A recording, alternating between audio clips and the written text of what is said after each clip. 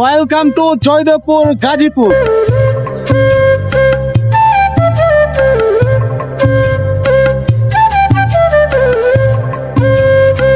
Hello everyone, আসসালামু আলাইকুম, welcome to new video. আজকে এখন এই মুহূর্তে আমি দাঁড়িয়ে আছি ঢাকা কমলাপুর রেল স্টেশনে। আর আজকে আমার যাত্রা হবে ঢাকা টু জয়দেবপুর। আর আজকের এই যাত্রায় আমার সঙ্গী হবে তিস্তা এক্সপ্রেস, যেটা ঢাকা থেকে জামালপুর পর্যন্ত ছেড়ে যায়। আর এখন ইঞ্জিন লাগানোর কাজ চলছে, যদিও 7:16 বাজে, এর আগে লাগানোর কথা ছিল, বাট কিছুটা আনফর্চুনেটলি লেট হয়েছে। আর দেখি জাস্ট টাইমে ছাড়ে কিনা। তাছাড়া আজকের এই ট্রেন দিয়ে যাব, এখান থেকে যেতে কত সময় লাগে, কি কি সুযোগ সুবিধা পাওয়া যায় ঢাকা থেকে জয়দেবপুর পর্যন্ত, সব থাকছে আজকের এই ভিডিওতে। সব ভিডিওটি দেখতে থাকুন এবং আমার সাথে থাকুন। তাছাড়া আজকের এই জার্নিতে বগি ইঞ্জিন নাম্বার 2925, এই ইঞ্জিনটি আমাদেরকে টেনে নিয়ে যাবে ঢাকা থেকে জয়দেবপুর পর্যন্ত। তাছাড়া আমি কিন্তু আগেও বলেছিলাম বেশ কিছু জেলায় যাবো, যেতে পারি নাই। সো ফাইনালি ট্রেন জার্নিটি করতেছি। সো এই ট্রেন জার্নির ক্ষেত্রে কিন্তু একটা জিনিস সবচেয়ে বোরিং আছে, সেটা হলো কি, যখন আপনি ট্রেনে ব্লক করতে যাবেন, এই ট্রেন থেকে পড়ে যাওয়ার সম্ভাবনা থাকে। তা যারা উৎসাহিত হচ্ছেন যে আমাকে দেখে, বা আমিও হয়তো ট্রেন ব্লক করবো, বা আপনি করতেছেন আমরাও করবো, বাট এই ক্ষেত্রে কিছুটা রিস্ক থাকে। যখন বাইরে থেকে আপনি ভিডিও ধারণ করবেন, তখন পড়ে যাওয়ার কিছুটা সম্ভাবনা থাকে। সো এই ক্ষেত্রে অনেকটা সতর্ক থাকতে হবে। তো যারা করবেন, অবশ্যই এই ক্ষেত্রে ট্রেন জার্নির ব্লগিংয়ের ক্ষেত্রে অনেকটা রিস্ক থাকে। যদিও জীবনটা মানে রিস্ক, তারপরেও ট্রেন তার নিজস্ব গন্তব্য চলে যায়। কখনো কোনো বিপদ হলে সেক্ষেত্রে যদিও বেশ কিছু সময় ইমার্জেন্সি ব্রেক করা যায়, কিন্তু যদি আপনি ট্রেন থেকে পড়ে যান বা আমি পড়ে যাই, তখন কি হয় যে সাথে সাথে কেউ না দেখলে ওরকমভাবে রেস্কিউ করার মতো কেউ থাকে না। সো এর জন্য আমি বলি, যে কোনো একটা কাজ করার ক্ষেত্রে আপনাকে অবশ্যই 100 বার ভেবে তারপরে এই কাজটা শুরু করতে হবে।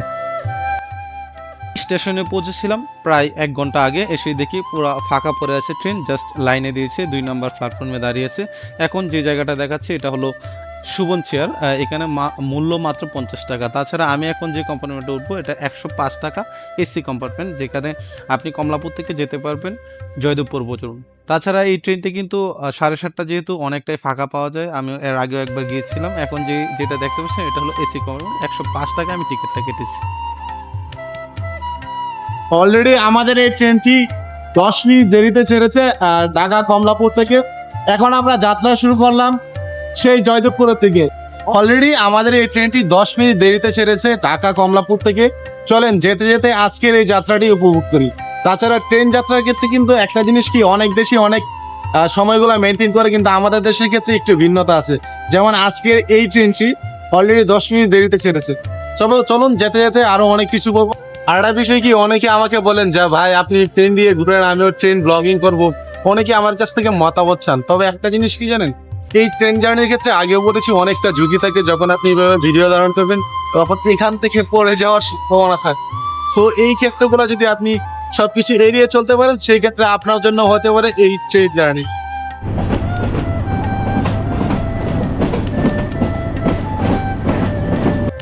আমরা কিন্তু এখন কমলাপুর থেকে বেরিয়ে যাচ্ছি। আর একটা বিষয় কি, যেতে যেতে প্রথমে দেখা হলো অন্য একটি ট্রেনের। সেই ট্রেনটি আমাদের জন্য দাঁড়িয়ে আছে। কারণ কি জানেন, এই কমলাপুরে একটা ট্রেন যখন বেরিয়ে যায়, অন্য একটি ট্রেন ঢোকার ওরকম ভাবে সিগন্যাল থাকে না, যে কারণে আমার ঠিক অপোজিটে অন্য একটি ট্রেন অপেক্ষা করতেছে।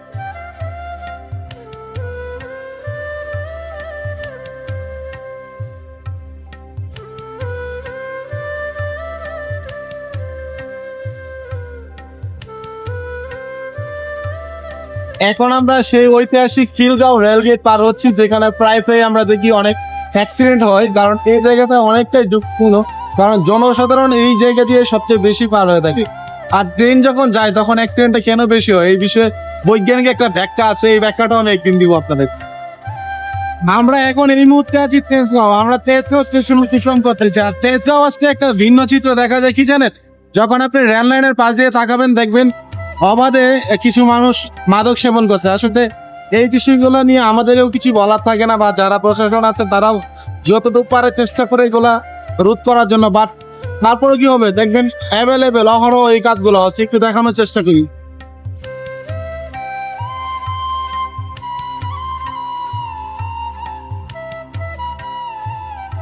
আমাদের এই তিস্তা ট্রেনটি এখন অপেক্ষা করতেছে তেজগাঁও, আর এই তেজগাঁও থেকে অপেক্ষা করার সবচেয়ে বড় কারণ হলো অন্য একটি ট্রেন আসতেছে যেটাকে এখান থেকে সাইড দিবে। কারণ আপনারা জানেন ডাবলভাবে দত্তভাবে চলার মতো যদিও সুযোগ সুবিধা থাকে, বাট অনেক সময় অনেক সিগন্যাল দিয়ে মেনে চলতে হয় এই ট্রেনগুলোকে, তিস্তা এক্সপ্রেস। সো ফাইনালি ওই ট্রেনটি চলে এসেছে। এই ট্রেনটি এখন আমাদের পাশ কাটিয়ে চলে যাবে কমলাপুরের দিকে।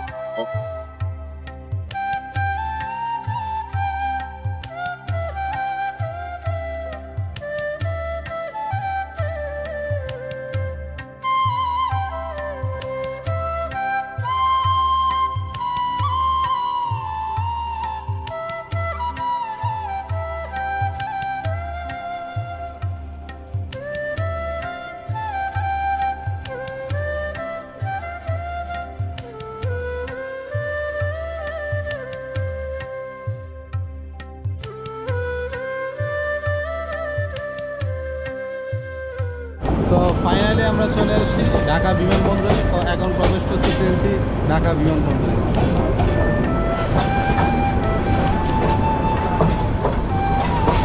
এই তিস্তা এক্সপ্রেস ট্রেনটি বিমানবন্দরে আসার পর প্রায় 2 থেকে 3 মিনিট বিরতি দেয়। কারণ বিরতি বলতে কি, এখানকার যাত্রীগুলো যেহেতু কমলাপুর থেকে বিমানবন্দরে সবচেয়ে বেশি যাত্রী ওঠে, যে কারণে 2 থেকে 3 মিনিট সময় পাওয়া যায় এই স্টেশনে ওঠানামা করার জন্য।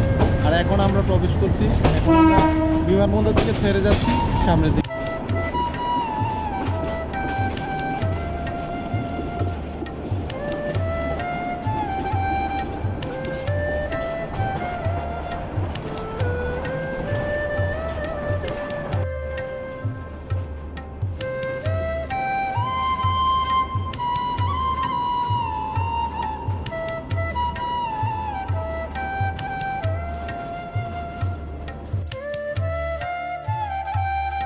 সর্বোচ্চ 5 থেকে 7 মিনিট হয়েছে, কিন্তু অল্প কিছুক্ষণের মধ্যে আমরা এখন পৌঁছে যাবো টঙ্গী স্টেশনে। আর টঙ্গী স্টেশনের ক্ষেত্রে একটা জিনিস কি, অন্য একটা ট্রেন অপেক্ষা করতেছে আমাদের এই তিস্তা এক্সপ্রেস ট্রেনটিকে সাইড দেওয়ার জন্য। আর সবচেয়ে বড় বিষয় কি, ট্রেন জার্নিতে খুবই ভালো লাগবে, কারণ মানুষের দৈনন্দিন জীবনযাপন এগুলা দেখতে খারাপ ভালো হয়। যখন আপনি ট্রেনের সিটে বসে জানালা বাইরের দিকে তাকাবেন, তখন আপনার খুবই ভালো লাগবে এই জার্নিটা। তাছাড়া আরেকটা বিষয় কি, এই Teesta express train Tongi station কিন্তু কখনো থামে না, যদিও বিশেষ কোনো কারণ ছাড়া এই ট্রেনগুলোকে টঙ্গী স্টেশনে কখনো ধরে না। তারপরে এখন আমরা পাস করছি অন্য একটি ট্রেন।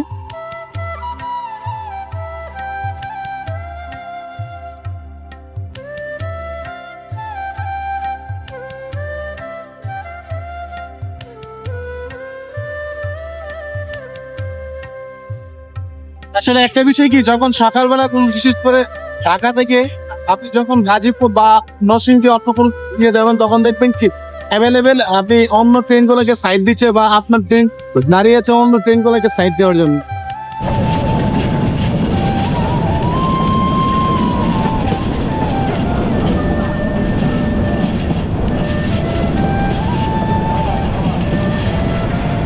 এখন আমরা পার হচ্ছি টঙ্গী স্টেশন, কারণ এই তিস্তা এক্সপ্রেস ট্রেনটি এই টঙ্গী স্টেশনে কখনো থামেনি বিশেষ কোনো কারণ ছাড়া।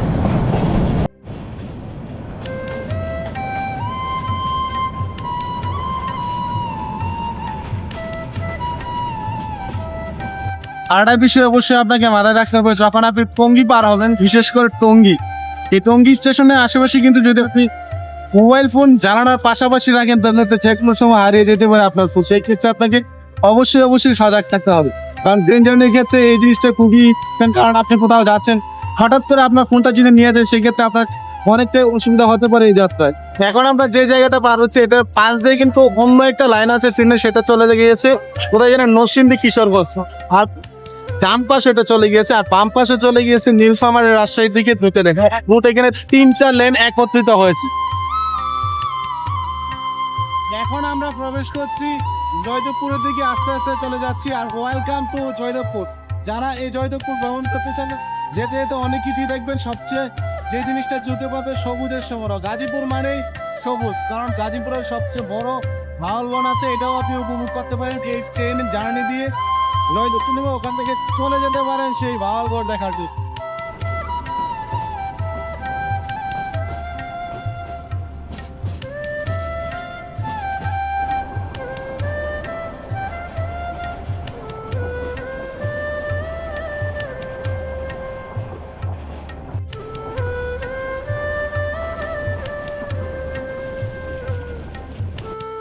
আমি যে ট্রেনটি ভ্রমণ করছি তিস্তা এক্সপ্রেস, এই ট্রেনটি জয়দেবপুর যাওয়ার কথা ছিল অনলি 50 মিনিটে, কিন্তু অলরেডি 1 ঘন্টা অতিবাহিত হয়ে গিয়েছে, কিন্তু এখন পর্যন্ত পৌঁছে যেতে পারেনি জয়দেবপুরে। আসলে কি তিস্তা এক্সপ্রেস ট্রেন ক্ষেত্রে সবচেয়ে একটা বড় সমস্যা দেখলাম, যেহেতু 7:30 ছেড়ে যায়, সেই ক্ষেত্রে একটা সমস্যা হচ্ছে সকল ট্রেন ঢাকার দিকে ঢুকে সেই সকালবেলা। অন্যান্য জায়গায় বলেন, ঢাকা ময়মনসিংহ বলেন, দক্ষিণদী বলেন, রাজশাহী বলেন, সকল জায়গা থেকে কি সকালবেলা যেহেতু কমলাপুরের দিকে রওনা দেয়, সেক্ষেত্রে সকল ট্রেন এই ট্রেনটি কি সাইডে যে কোনো ট্রেন আসুক এই ট্রেনটি দাঁড়িয়ে আছে। তিস্তা এক্সপ্রেসের সার্ভিসের দিকে যদি চিন্তা করি, আপনি 10-এর থেকে আপনি সর্বোচ্চ সে 6 পায়, 6 পায় না, কারণ সকল জায়গায় থেমে যায়। সকল জায়গায় যে কোনো একটা ট্রেন আসবে সেই ট্রেনটাকেই সে কি করে দাঁড়িয়ে যায়, ওই ট্রেনটাকে পাস করেছে। সেই ক্ষেত্রে আপনি 10-এর ক্ষেত্রে যদি মার্ক বিবেচনা করি, এই ট্রেনটি পায় 6। আর স্পিডের ক্ষেত্রেও যদি বলি, সর্বোচ্চ 40 থেকে 45 স্পিডে যাচ্ছে এখন এই মুহূর্তে। সো ফাইনালি এখন আমরা পৌঁছে গিয়েছি সেই জয়দেবপুর। 1 ঘন্টা 30 মিনিট পর আসতে পেরেছি সেই জয়দেবপুরে। আর জয়দেবপুর স্টেশনের ক্ষেত্রে একটা জিনিস কি, ওরকম ভাবে যাত্রী নিয়ে আপনারা দেখেন কোলাহল মুক্ত বলতে পারেন, কারণ জয়দেবপুরের ক্ষেত্রে খুব কম যাত্রী ওঠে একদম দেওয়ানগঞ্জ পর্যন্ত যাওয়ার জন্য। এই স্টেশনে এসে একটা জিনিস চোখে পড়েছে, দেখুন আমরা আসলে জীবন নিয়ে কত হতাশায় পড়ি, বাট এখানে এসে একটা জিনিস সবচেয়ে বোরিং লাগছে বলতে পারলে, বা কষ্ট পেয়েছি, যে মানুষ আমরা কত কিছু পাই, তারপর আমাদের কি জানেন আসলে আল্লাহর প্রতি সন্তুষ্টি নেই। বাট একটা জিনিস দেখুন, এখানে বেশ কিছু লোকজন শুয়ে আছে রাস্তার উপরে ফুটপাতের মধ্যে, বাট এই জিনিসটা দেখুন, আসলে এটা দেখার পর আমার নিজের প্রতি আর কোনো অভিযোগ নেই। সো ফাইনালি আমি এখন আছি জয়দেবপুর স্টেশনে। 1 ঘন্টা 30 মিনিট পর আসতে পেরেছি জয়দেবপুর স্টেশনে। সবচেয়ে বড় কথা হলো কি, কোথাও যেতে গেলে অনেকটা সময়ের প্রয়োজন হয়, বাট অল্প সময়ের মধ্যে এই জার্নিটা খুবই ভালো ছিল। সো বাই বাই, দেখা হচ্ছে নতুন কোনো ভিডিওতে। এ পর্যন্ত ভালো থাকুন, সুস্থ থাকুন, আল্লাহ হাফিজ।